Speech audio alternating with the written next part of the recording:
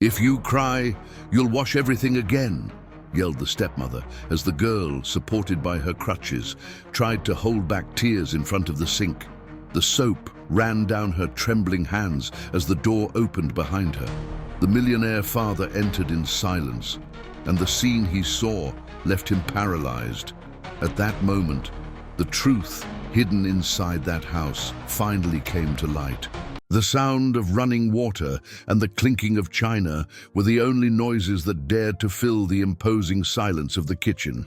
For 3 weeks, the life of Helena, a girl of just 10 years old, had been reduced to that cold marble countertop and the mountain of dishes that seemed to have no end. Balancing with difficulty on her aluminum crutches, she stretched her small body to reach a heavy plate, feeling a stab of pain shoot up her immobilized leg. The cast, once white and covered in drawings made by her mother, now felt like a burden, a constant reminder of her fragility. Behind her, an elegant shadow watched her every move. Beatrice, her stepmother, stood with her arms crossed, her red lipstick tracing an almost imperceptible smile, a smile that didn't reach her eyes, which were as cold as steel. She said nothing, but her presence was heavier than any word of reprimand. The punishment was a silent routine, a daily torture driven by a cruelty Helena couldn't comprehend. The sentence, however, echoed in her mind, repeated on the first morning of this ordeal. "If a single tear falls, you'll wash everything all over again." Since then, Helena had learned to swallow her sobs, to turn sadness into a knot in her throat that barely let her breathe. Her mother's absence was an open wound, and Beatrice's presence was the salt that kept it from healing. Her father, Richard, a man whose fortune had turned him into a distant figure, was always traveling, immersed in deals and meetings that involved major investments and the management of a net worth that grew by the day. To him, home was a safe harbor, a harmonious picture that Beatrice described perfectly in their daily calls. He had no idea that, under the roof of that luxurious mansion, his only daughter was fighting a silent battle for her own dignity. Helena plunged her small hands into the warm water, feeling her fingers wrinkle. The cloying scent of lemon dish soap was ingrained in her skin and her memories. She remembered when her mother, wearing a flowered apron, had taught her to bake cookies in this very kitchen.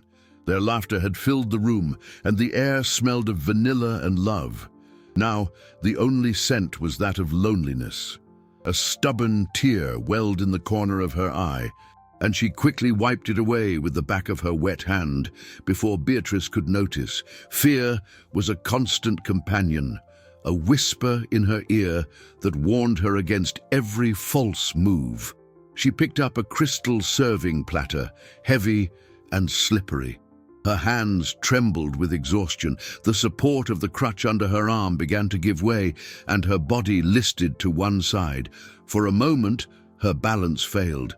The crystal slipped through her soapy fingers, spinning in the air as if in slow motion. The sharp sound of the object cutting through the air was the only thing to be heard, a prelude to disaster. Beatrice's eyes narrowed, and a restrained sigh escaped her lips. Helena held her breath, her heart pounding uncontrollably as the platter plummeted toward the polished granite floor. The air hung suspended, dense and heavy. In the brief second, the crystal platter was in free fall. Helena's heart leaped into her throat, a frightened bird beating its wings against a cage of bones.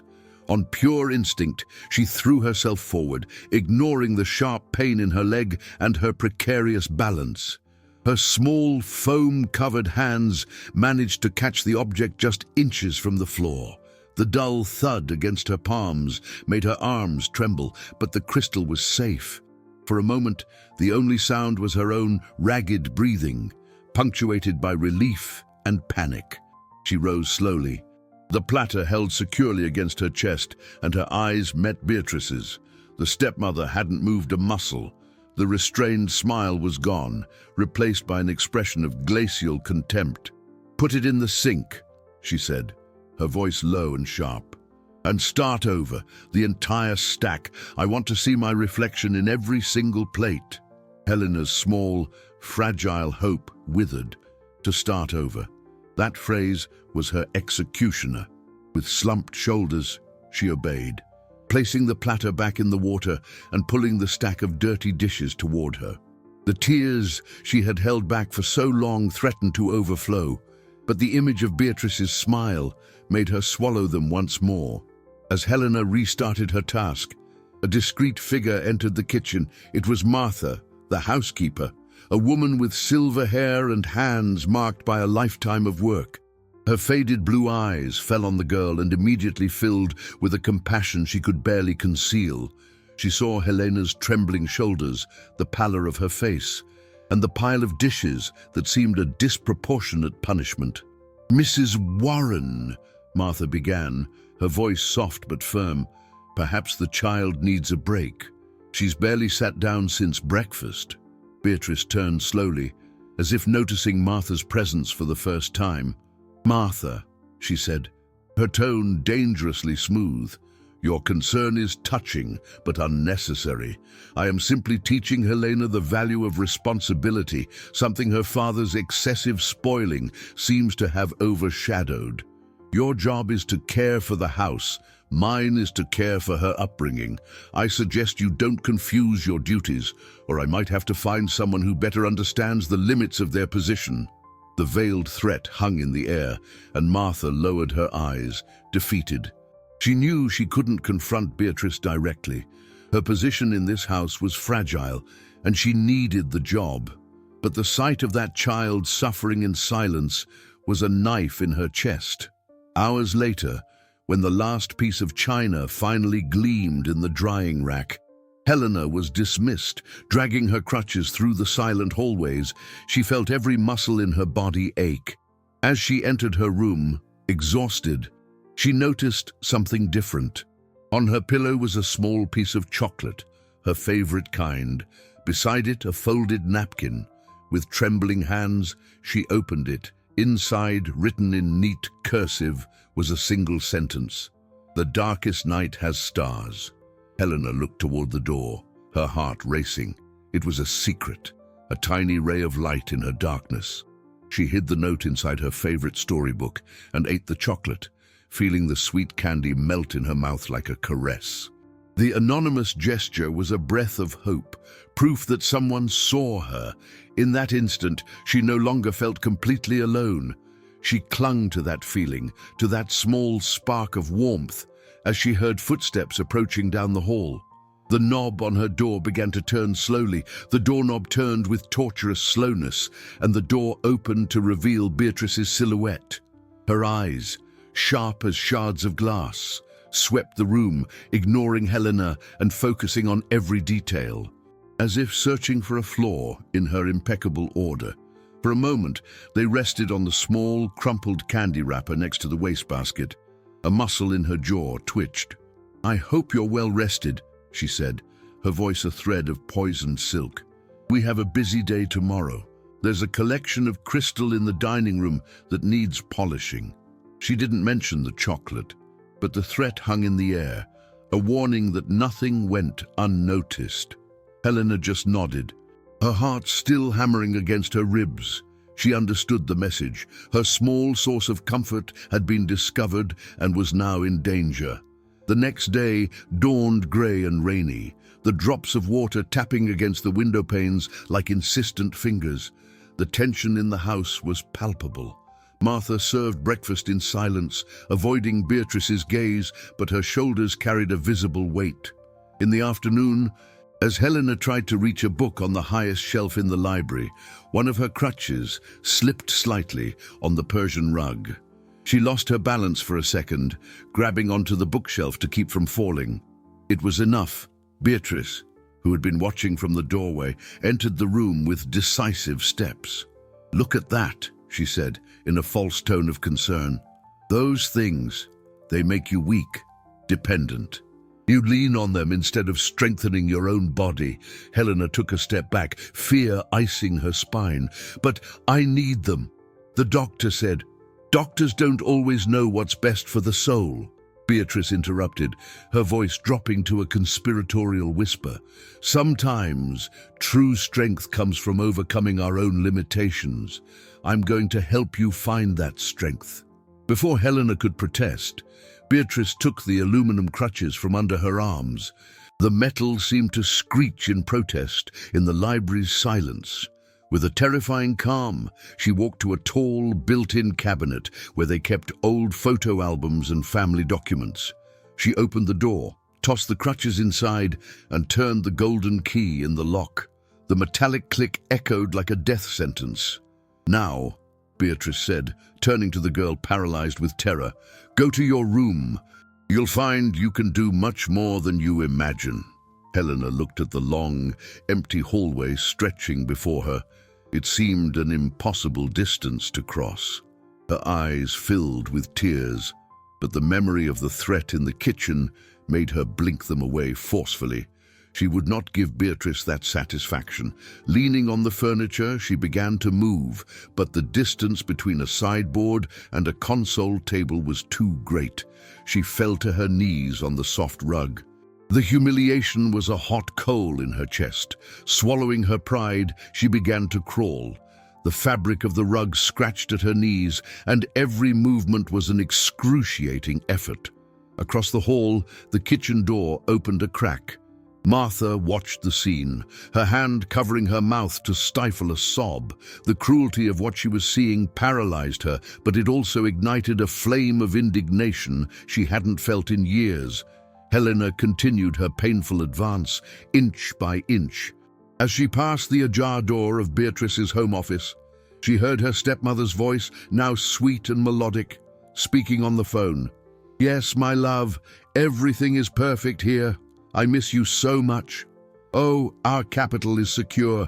The investments yielded excellent dividends this month. Helena, she's wonderful, getting stronger and more independent every day.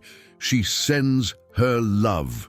On the other end of the line, almost inaudible, Helena could make out her father's warm laugh. A laugh that came from a distant world where she was nothing more than a happy mention in a conversation about money and business. That sound, which had once brought her so much comfort, now seemed like the final shovelful of dirt on her hope. The rest of the way to her room was a blur of pain and humiliation. Every inch conquered on the mansion's cold floor was a reminder of her father's laugh, a laugh that seemed to come from another planet, a place where 10-year-old girls didn't have to crawl to their own beds. Closing the door behind her, Helena allowed herself to collapse. The tears came, silent and bitter, soaking the plush carpet. It wasn't a cry of physical pain, but of a loneliness so profound it seemed to have weight and shape.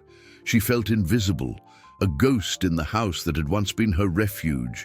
Beatrice's voice, lying on the phone, was a cruel echo in her mind. "Getting stronger and more independent every day."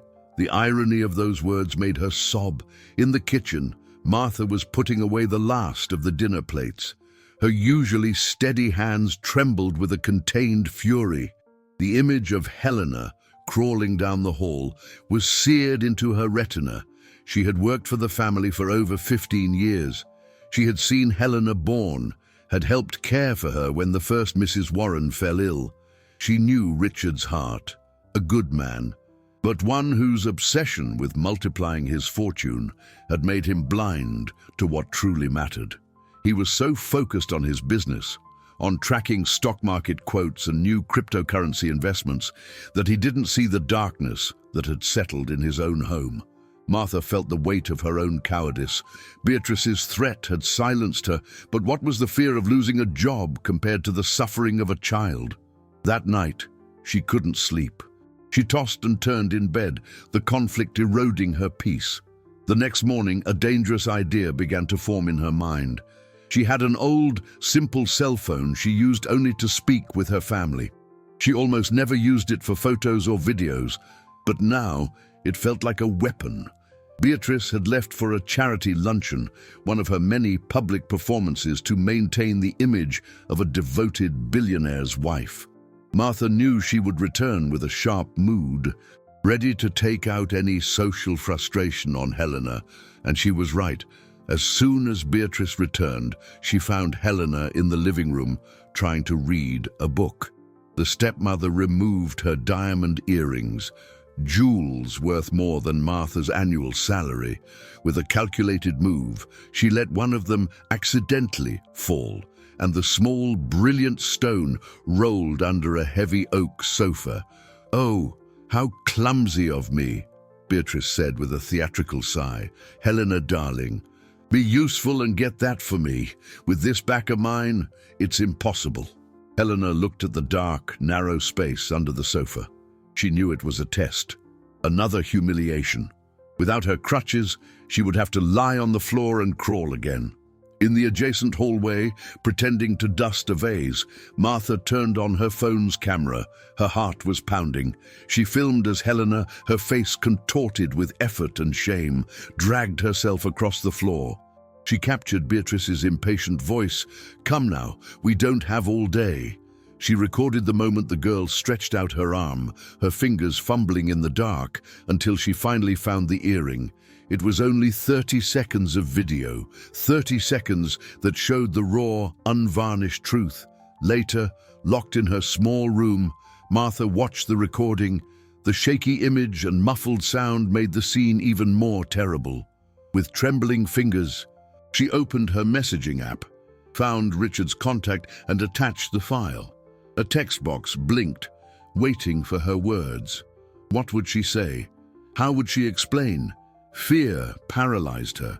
What if Beatrice found out? She could ruin her life. Her finger hovered over the send button, a small green arrow that held the power to change everything or to destroy herself. Martha's finger hovered over the screen, the tip trembling millimeters from the green icon that promised justice, but was also a portal to an abyss. Cold sweat beaded on her forehead. The image of Richard, her employer, flooded her mind. A good man, yes, but a man who, in recent years, lived immersed in a world of figures, where stock market values and the returns on his investment funds seemed more real than the emotions inside his own home. And Beatrice, she was a master of manipulation, an artist of the facade. What would happen if Richard, out of love or convenience, showed her the video? Beatrice would tear her apart with arguments. She would say Martha was an envious employee, trying to sow discord to extort money from their immense fortune. She would accuse her of staging the situation, of manipulating the child. And Richard, wanting to believe in the peace he paid so dearly to maintain, might side with her. Martha saw herself on the street, without a job, without references, stained by a terrible accusation. Who would believe her over a billionaire's wife? With a sigh that seemed to tear a piece from her soul, she cancelled the message. The video, however, she did not delete. She moved the file to a hidden folder named Grandma's Recipes, a dangerous secret kept among lists of ingredients. It was a weapon she would keep in reserve, waiting for the right moment, for a crack in Beatrice's armor. Life in the mansion continued its oppressive routine. The days dragged on, grey and long for Helena. The absence of her crutches was a constant torture, turning every simple task into a Herculean challenge. One afternoon, while polishing silverware in the pantry, a task Beatrice had assigned to keep her hands busy, she overheard her stepmother on the phone in the next room. Her voice was sickeningly sweet, the one she used with her friends from the country club. "Of course, darling. Life is wonderful. Richard is closing another multi-million-dollar deal in Europe, something about expanding his assets. His net worth should double by the end of the year." There was a pause, and Beatrice's voice changed, acquiring a conspiratorial, bitter tone. The girl, a constant challenge, so fragile. Richard spoils her, thinks that just because she has a guaranteed inheritance, she doesn't need to learn the value of effort. But I'm working on that.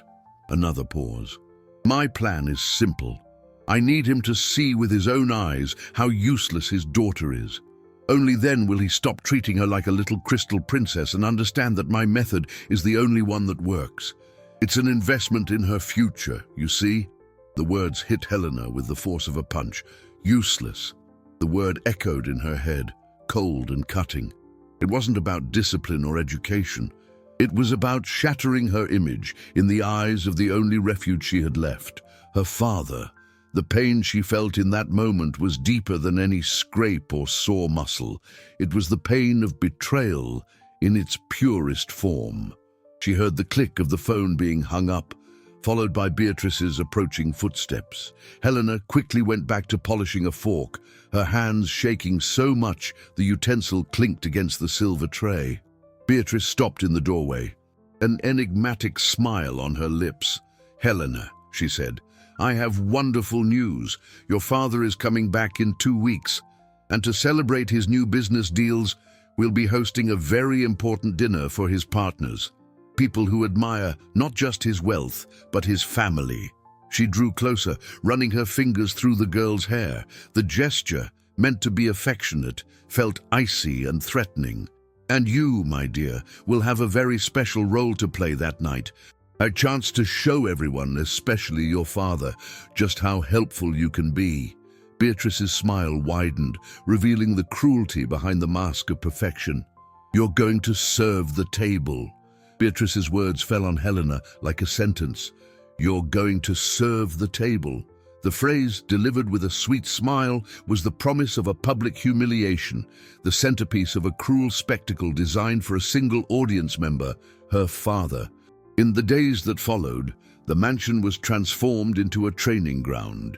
Beatrice, with the dedication of a drill sergeant, began to prepare Helena for her starring role. The first exercise was to carry a single heavy book, the biography of a famous investor that sat on the coffee table from one end of the dining room to the other. Without the support of her crutches, Helena wobbled, her arms outstretched, muscles straining to maintain her balance and hold the object. The book fell 3 times.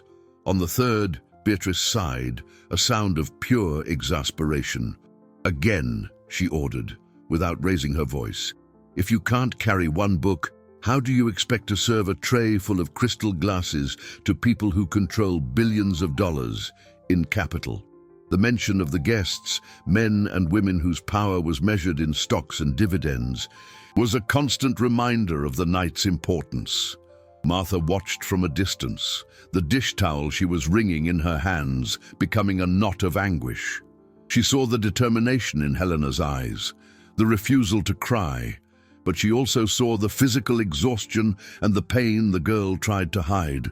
At night, in secret, Martha would bring Helena a warm chamomile tea, and as the girl drank, she would offer small tips. "Keep your weight on your good leg, dear. Use the wall for discreet support when no one is looking. Walk slowly, breathe deeply." They were crumbs of help, not enough to satisfy the hunger for justice growing in the housekeeper's chest, but it was all she dared to offer. Beatrice's cruelty reached its peak a week before the dinner. She filled a silver tray with 4 glasses full of water and ordered Helena to carry it from the kitchen to the dining room. The tray was heavy, and the water sloshed dangerously with each uncertain step. Helena focused, sweat trickling down her forehead. She made it across the hall, her arms aching, her breath held tight. She was just a few feet from the table when her foot slipped slightly on the rug. One jolt was enough. Water from one glass overflowed, wetting the tray and her hands, making the silver even more slippery. In a domino effect, the entire tray tipped. The glasses shattered on the floor. Water spread across the Persian rug, and Helena fell to her knees amid the shards of glass, her hands thrown out to protect herself. Miraculously, she wasn't cut, but she remained there, paralyzed, soaked, and defeated. Beatrice, who had watched the whole thing from the doorway, simply shook her head with a scornful smile. "Pathetic," she muttered, low enough for only Martha, hiding in the hall, to hear. "Clean up this mess, and use a towel. I don't want my rug stained." She turned and walked away, leaving the girl on her knees on the wet floor. That was the last straw for Martha. The image of the humiliated child, surrounded by broken glass while her stepmother walked away with cold indifference, broke through the last of her fear. The job, the risk, the consequences, none of it mattered anymore. A line had been crossed, and silence was now complicity. That same night, locked in her room, she picked up her phone. Her hands no longer trembled with fear, but with a cold, unshakable resolve. She wouldn't send the video. Not yet. That would be her final card. She needed something more subtle, something that would plant a seed of doubt without revealing the war. She opened her contact list and pressed the name Mr. Richard. The phone rang once, twice, 3 times, the sound crossing the ocean. Finally, a sleepy, familiar voice answered. "Hello, Mr. Richard," Martha said, her voice firm but low. "I'm sorry for the hour. It's me, Martha." "Martha, is something wrong? Is Helena all right?" The immediate concern in his voice gave Martha the strength she needed. "She's missing you very much, sir," she said, choosing her words carefully. "I know your business is important, guesses, but please, come home. Come home sooner than planned for the love of your daughter." Across the Atlantic, in a Geneva hotel suite overlooking the lake, Richard Warren hung up the phone and stood motionless. Martha's voice, laden with an urgency he had never heard before, echoed in the room's luxurious silence. "Come home sooner than planned for the love of your daughter." The phrase was simple, almost a plea, but it had cut through the distance, the time zone, and the wall of financial concerns that usually occupied his mind. He looked at the laptop screen on the desk. Colorful graphs showed the stellar performance of his stocks, the exponential growth of his crypto portfolio, and profit reports that confirmed his status as one of the country's wealthiest men. Money. It was the language he understood, the game he dominated. Every decision, every investment, every business trip was calculated to increase his net worth, to build a financial fortress, an unshakable inheritance for Helena. He was securing her future, wasn't he? That's what he told himself every morning. It was the justification for his absence, but Martha's words had planted a poisonous seed of doubt. "For the love of your daughter." The phrase didn't speak of money, assets, or cash flow. It spoke of something that he, in recent times, had turned into just another asset to be managed from a distance. He got up and walked to the window. The city lights glittered on the dark water, a string of diamonds thrown across velvet. He remembered his late wife, Laura. Before she passed, she had made him promise one thing: take care of her heart, Richard. The fortune you build won't hug her at night. Had he broken that promise? The image of Beatrice came to mind, elegant, competent, the perfect billionaire's wife. She sent him photos of a smiling Helena, reports of her progress, assurances that everything was in perfect harmony. He had believed it because it was easier to believe. It was more convenient to delegate his daughter's happiness while he was busy conquering the world. But Martha's voice, it was the voice of loyalty, of simplicity, of truth. A housekeeper wouldn't risk her job on a whim. Something was wrong. A cold panic, unlike any stock market crash, began to creep up his spine. He looked again at the graphs, at the numbers representing his power, his billions in dollars and euros. And for the first time in years, they seemed empty, meaningless. They were just digital ink on a screen. The memory of Helena's last hug at the airport returned with painful clarity. She had looked so small, so fragile, and he had left, promising to be back soon with another expensive gift to make up for lost time. A chill ran through him. He had outsourced his most precious asset, his one and only true treasure, a mistake none of his financial advisors would have ever warned him about. The decision was instant, visceral. It wasn't a business strategy, but an act of pure paternal instinct. He picked up the phone again, but he didn't call his assistant to reschedule commercial flights. He dialed a private direct number.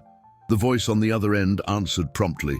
"Mr. Warren, prep the jet." Richard said, his voice firm and irrevocable, cutting through the Swiss night. "We take off in an hour. We're going home." While Richard's private jet sliced through the sky, tearing through the clouds that separated two continents, a sinister calm settled over the mansion at dawn. Beatrice awoke radiant, moving through the house with the energy of a queen about to declare checkmate. The dinner was set for the following evening, and for her, every detail was a crucial component of her masterpiece. The flowers arrived in extravagant arrangements. The silverware was polished by an extra crew, and the scent of the sophisticated menu began to drift from the kitchen, where hired chefs worked with surgical precision. For Beatrice, this was not just a dinner. It was the consolidation of her power, a demonstration to Richard's partners, men who controlled investment funds and traded multi-million-dollar assets, that she was the perfect manager not only of his home, but of his image. Helena was kept busy with minor tasks, always under her stepmother's watchful eye.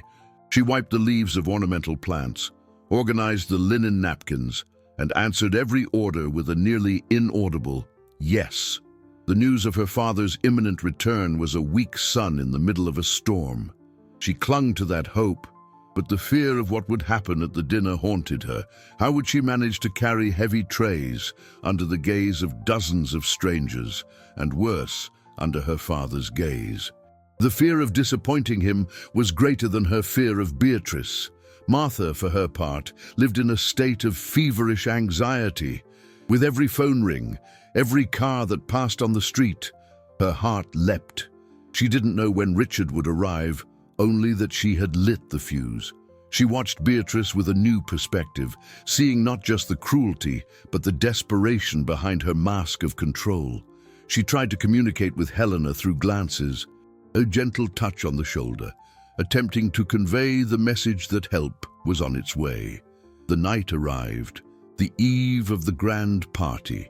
The house was impeccably tidy, a stage set and waiting for the actors. Beatrice dismissed the chefs and extra staff early, wanting the house to herself. After a frugal and silent dinner, she turned to Helena, her eyes glittering with a cold excitement. "As a final rehearsal for tomorrow," she said, with a terrifying calm, "you will wash all the dishes the chefs used for prep today. Every pot, every pan, every utensil. I want this kitchen sparkling like gold before you go to bed." Martha, standing in the doorway, felt her blood run cold. The pile of dishes was monumental, a mountain of stainless steel and copper. It was a job for two people for hours. For Helena, alone and exhausted, it was an impossible task. The hours dragged on, the hot water ran out, and Helena continued. Her hands submerged in cold water, red and numb. Her arms trembled with exhaustion, and the pain in her leg was a throbbing ember. Beatrice sat at a nearby table, flipping through a business magazine, the picture of indifference.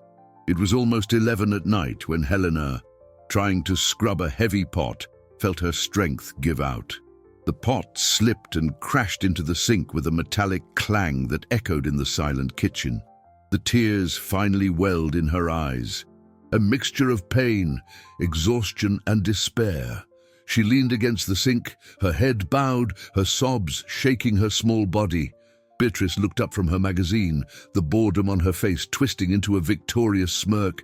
"Well, well," she said, rising. "Looks like someone forgot our rule."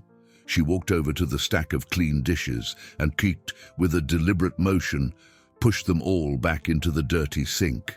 "Start over." At that instant, a deep, heavy sound broke the silence of the night. The unmistakable sound of the massive oak front door, opening and closing with force. Footsteps rang out in the entrance hall, heavy and hurried on the marble, coming toward them. The footsteps in the entrance hall were firm, echoing with an authority that hadn't been heard in those corridors for a long time. They were the steps of a man who was not just arriving, but returning to reclaim his space. Helena raised her head, her eyes wide and tear-filled, the sound of her sobs caught in her throat. Could it be him? Her heart, heavy with exhaustion, began to beat with a fragile, desperate hope. Beatrice, on the other hand, froze. Her triumphant expression dissolved, replaced by a mask of disbelief and poorly concealed panic. Richard. He was supposed to arrive the next afternoon, just hours before the dinner. His early arrival was an unforeseen variable, a catastrophic flaw in her meticulously constructed plan. The figure of Richard Warren appeared in the kitchen doorway. He wore an expensive suit, wrinkled from the long journey, and his shoulders carried the weight of exhaustion and worry. His eyes, accustomed to analyzing profit and loss statements, took a second to process the scene before him. He saw his daughter, small and soaked, leaning on a sink overflowing with dishes. He saw her trembling shoulders, her pale face stained with silent tears, and he saw his wife standing with a rigid posture and a forced smile beginning to form on her lips. "Richard, my love!" Beatrice exclaimed, her voice a little higher than usual. "What a wonderful surprise! Why didn't you tell us you were coming today? We would have prepared a welcome." She walked toward him, her arms open for an embrace he did not return. Richard couldn't take his eyes off Helena. His mind, trained to spot inconsistencies in financial reports and detect fraud in multi-million-dollar deals, now saw the dissonance in his own home. The girl cowering in the kitchen was not the strong and independent child from Beatrice's descriptions. She was a broken child. "What's going on here?" he asked, his voice low but carrying a weight that made the air in the kitchen vibrate. Beatrice laughed, a tense, artificial sound. "Oh, this, just a little lesson in responsibility. Helena made a mess, and I was just teaching her that we have to clean up after ourselves, mother-daughter things, you know?" She tried to make the scene seem trivial, domestic, but Richard's gaze didn't soften. He took a step forward, entering the kitchen completely. The smell of soap and cold water hit him.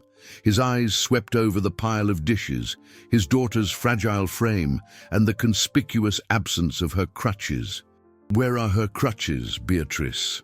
The question was direct, blunt. Beatrice's armor began to crack. I put them away for a while. The doctor said she needs to push herself to strengthen her leg. It was for her own good, darling. So she wouldn't become dependent. The logic seemed plausible. The explanation of a dedicated stepmother. Perhaps, at another time, Richard would have accepted it. But the memory of Martha's urgent voice on the phone and the image of his daughter crying in silence had created a new equation in his mind, one where his wife's words didn't add up to reality. He approached Helena, kneeling slowly on the granite floor, ignoring the designer trousers that were getting wet in the water that had spilled from the sink. His eyes met hers. "Helena," he said, his voice now gentle, a refuge in the storm. "What happened?" Helena looked from her father's worried face to Beatrice's tense figure. Fear and the habit of silence paralyzed her. Her stepmother's threat, "If you cry, you'll wash it all over again," was a mantra etched into her soul.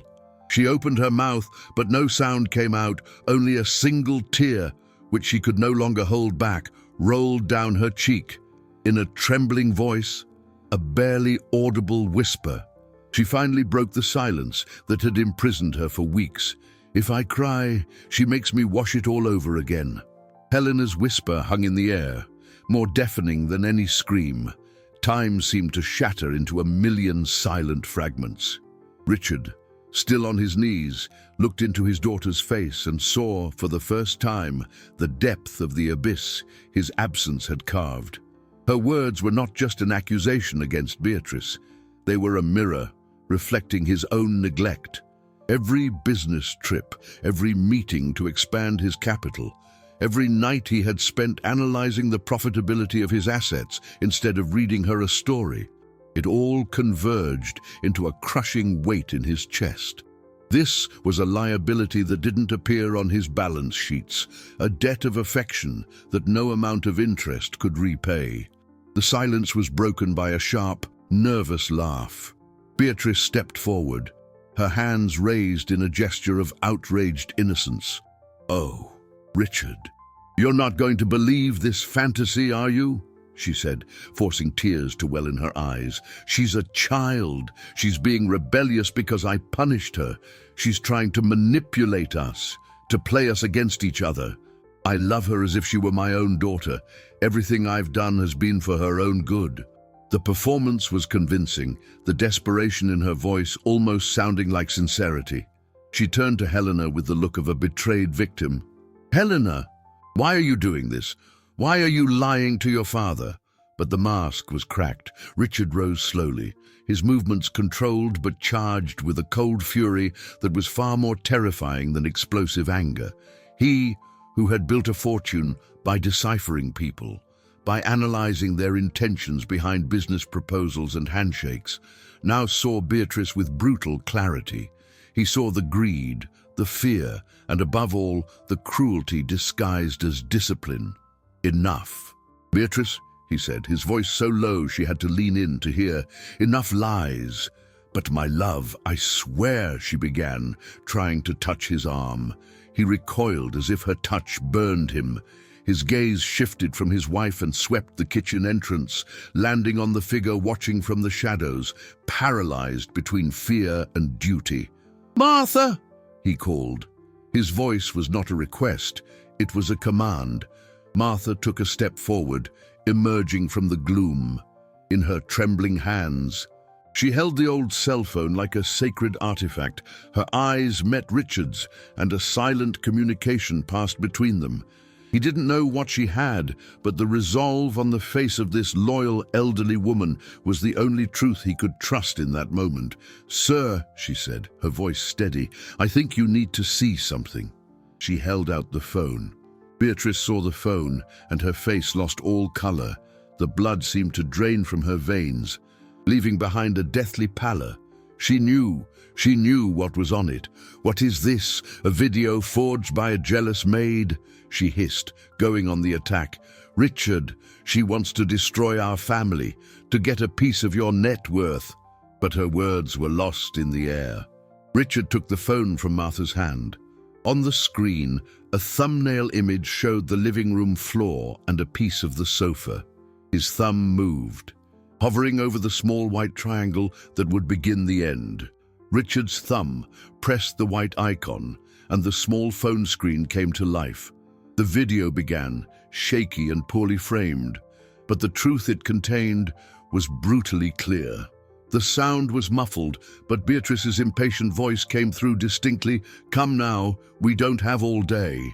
And then the image focused. Richard saw the back of his own daughter, her small body contorting to reach for something under the dark sofa.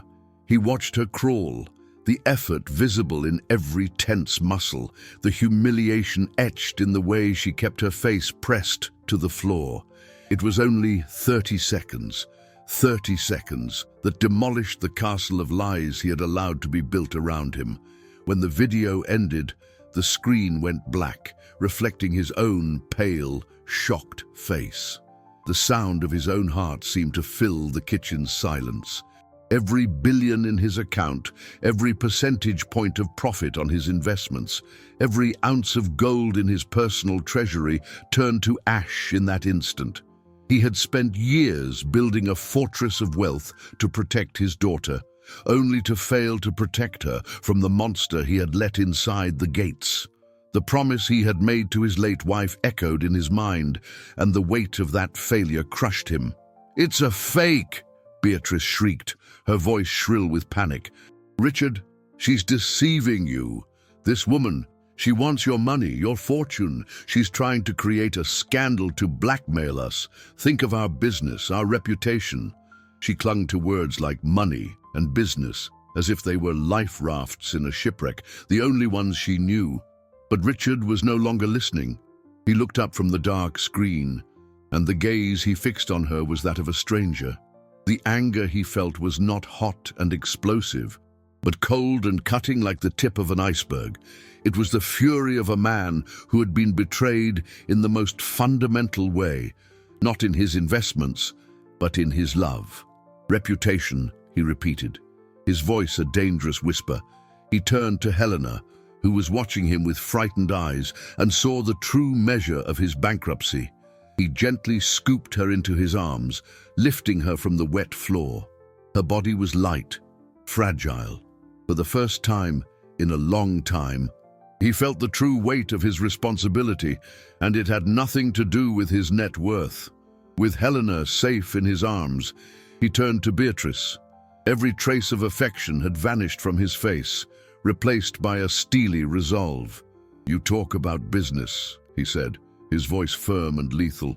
"Let me explain the situation in terms you'll understand. You were a bad investment, Beatrice, the worst of my life.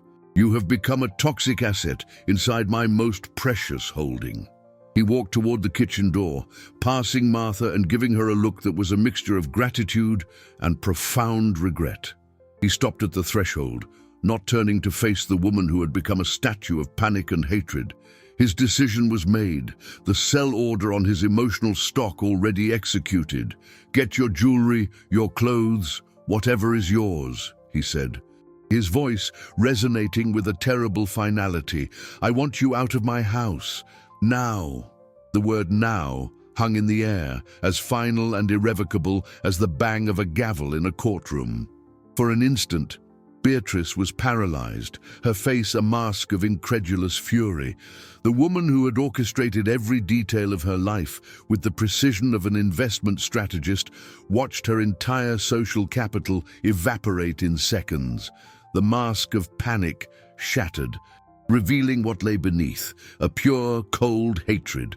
"You can't do this," she hissed, her voice abandoning any trace of pleading and becoming pure venom. "I am your wife. Half of everything you own is mine by right. I will drag your name through the mud. I will tell every newspaper, every one of your partners, what kind of man you are, a negligent father who would rather believe an illiterate maid than his own wife." Richard didn't move, with Helena nestled in his arms. He was an unshakable fortress. The girl hid her face in the crook of her father's neck, inhaling the familiar scent of his travel cologne mixed with the cold night air. She heard Beatrice's voice as a distant, unpleasant noise. But what held her was the steady, rhythmic sound of her father's heart beating beneath her ear. It was the safest sound in the world. Richard turned his body, shielding Helena from the sight of Beatrice, and his gaze met Martha's. "Martha," he said, and his voice, though low, cut through Beatrice's hysteria. "Thank you. Stay with Helena, please." He carefully placed the girl into the housekeeper's arms, who received her with a warm, protective embrace. Helena clung to Martha, but her eyes never left her father. The fear that he would disappear again was a persistent shadow. Freed from the weight of his daughter, Richard became someone else.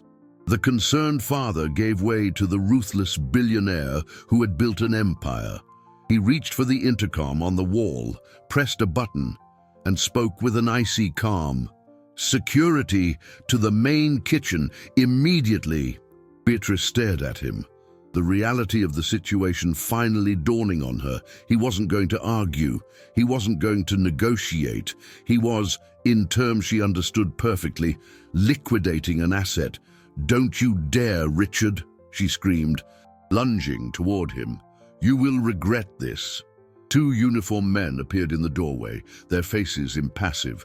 They saw their employer, his wife, the scene of domestic chaos, and waited, ever the professionals. "Mrs. Warren is leaving," Richard said, without looking at Beatrice. "Please accompany her to her room so she can pack a bag. Then escort her off the property. Ensure she doesn't forget any of her personal belongings." The final humiliation. To be thrown out of her own home by the staff. Beatrice's tears were real now, but they were tears of rage and defeat. She shot one last look of pure hatred at Richard, at the housekeeper, and at the child who had destroyed her. "You will all pay for this," she promised. As the security guards approached, she didn't resist. With the last ounce of dignity she had left, she turned and walked ahead of them, her spine erect. Leaving the kitchen that had been her battlefield and her stage, the sound of her fading footsteps echoed down the hall until it disappeared. A deep, heavy silence fell over the kitchen. Richard ran his hands over his face, the exhaustion of 30 hours of travel and 3 years of blindness weighing on him. He looked at the sink full of dishes, the water on the floor, the chaos. Then he looked at his daughter, safe in Martha's arms. The storm had passed. What remained was the wreckage. He walked to her, his heart heavy with guilt and a rediscovered love. He knelt in front of her, his eyes level with hers. "It's over, sweetheart," he whispered, his voice thick with emotion. "No one is ever going to hurt you again, I promise." Helena looked at him, her big eyes still filled with uncertainty.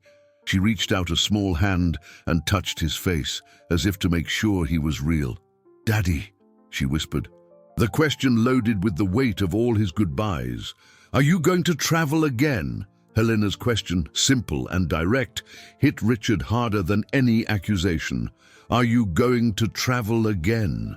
Contained in that short sentence was the root of all the suffering, the source of the darkness that had seeped into his home. The fundamental problem wasn't Beatrice's cruelty, but the vacuum his own absence had created, a fertile space for malice to flourish. He looked into his daughter's eyes and saw the fear of a new abandonment, a wound that no amount of money could heal. In that moment, he made the most important decision of his life, one that didn't involve the stock market or acquiring new assets. It involved reclaiming a treasure he had almost lost forever. "No, my love," he said, his voice firm with the certainty of an unbreakable promise. He took her small hand and squeezed it gently. "My most important journey, from now on, is right here with you." The days that followed were of a strange, healing calm. The mansion, once a stage for tension and fear, began to breathe again. Richard's first order of business was to find Helena's crutches, locked in the tall library cabinet. When he placed them back in her hands, the relief on the girl's face was the first of many small victories. The dinner with his partners was cancelled with a brief, cryptic message about urgent family matters. Richard spent the next mornings on the phone, not to close deals, but to undo them. He cancelled trips, postponed meetings, and delegated responsibilities he had once considered irreplaceable. Each call was an act of renunciation, a piece of his empire traded for the chance to rebuild his home. He discovered that his vast fortune, when managed correctly, could function without his constant presence. The real investment, he realized, was time. Martha became an even more central presence in the house. Richard made a point of calling her into his office, where, with sincere words, he asked for her forgiveness for his blindness and thanked her for her courage. He offered her a substantial raise and a generous retirement fund, but more than that, he offered her his respect and trust, treating her no longer as an employee, but as part of the family. Helena's healing was slow and delicate. She still woke up frightened at night and would glance at the kitchen door with an instinctive dread. Richard, with a patience he didn't know he possessed, dedicated himself to erasing the bad memories. They began to cook together, baking vanilla cookies that filled the house with the scent of a happy past. The sound of running water in the sink, once a trigger for anxiety, was now mixed with their laughter as they washed the few dishes they used, always together. Richard accompanied her to every doctor's appointment and every physical therapy session. He celebrated each small progress, every steadier step, every degree of motion regained. He learned to braid her hair, read her the storybooks her mother used to read every night, and most importantly, he learned to listen. He listened to her fears, her dreams, and the longing she felt for her mother, filling the silence not with promises of gifts, but with the solidity of his presence. One sunny afternoon, while they were in the garden, Helena, now walking with more confidence, pointed to a wing of the mansion that was rarely used. "Daddy," she said, "there's so much empty space in that house." Richard looked at the imposing structure, and an idea began to form, a way to transform a symbol of isolated wealth into something with purpose. He wanted to turn the pain they had lived through into something positive, a legacy that went beyond inheritance and dividends. He didn't just want to fix what was broken in his family. He wanted to use his resources to prevent other children from suffering any kind of silent pain. The decision came clear and strong. He would turn part of his home into a place of healing, a small rehabilitation center for children. 6 months later, the sounds that filled the mansion were radically different. The fearful clinking of porcelain had been replaced by the echo of children's laughter, and the oppressive silence of the hallways now gave way to the soft whir of small wheelchairs and the encouraging sound of support bars being used. The West Wing, once an empty, soulless space, had been transformed into the Helena Center for Child Rehabilitation, a place of hope bathed in the sunlight that streamed through enlarged windows. Richard had discovered a new kind of business, one where the profit wasn't measured in dollars or euros, but in recovered smiles and regained first steps. He used his business acumen to manage the center with remarkable efficiency, securing the best equipment and therapists, treating each child as the most valuable of assets. His true wealth, he now understood, wasn't held in investment funds or gold vaults, but flourished here, in this garden where children with different challenges learned to overcome their limits. Helena, now free of her crutches, was the soul of the place.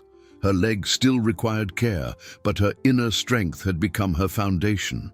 She spent her afternoons at the center, not as a patient, but as a friend. She read stories to the younger children, helped organize games, and offered words of encouragement that only someone who had known pain could offer with such sincerity. She had become living proof that recovery was possible, her presence a beacon of hope for other families. Martha, for her part, reigned as the silent, beloved matriarch of this new home. With a serene smile, she oversaw the kitchen, which now produced nutritious snacks and chocolate cakes for the children, ensuring the house was always a place of comfort and welcome.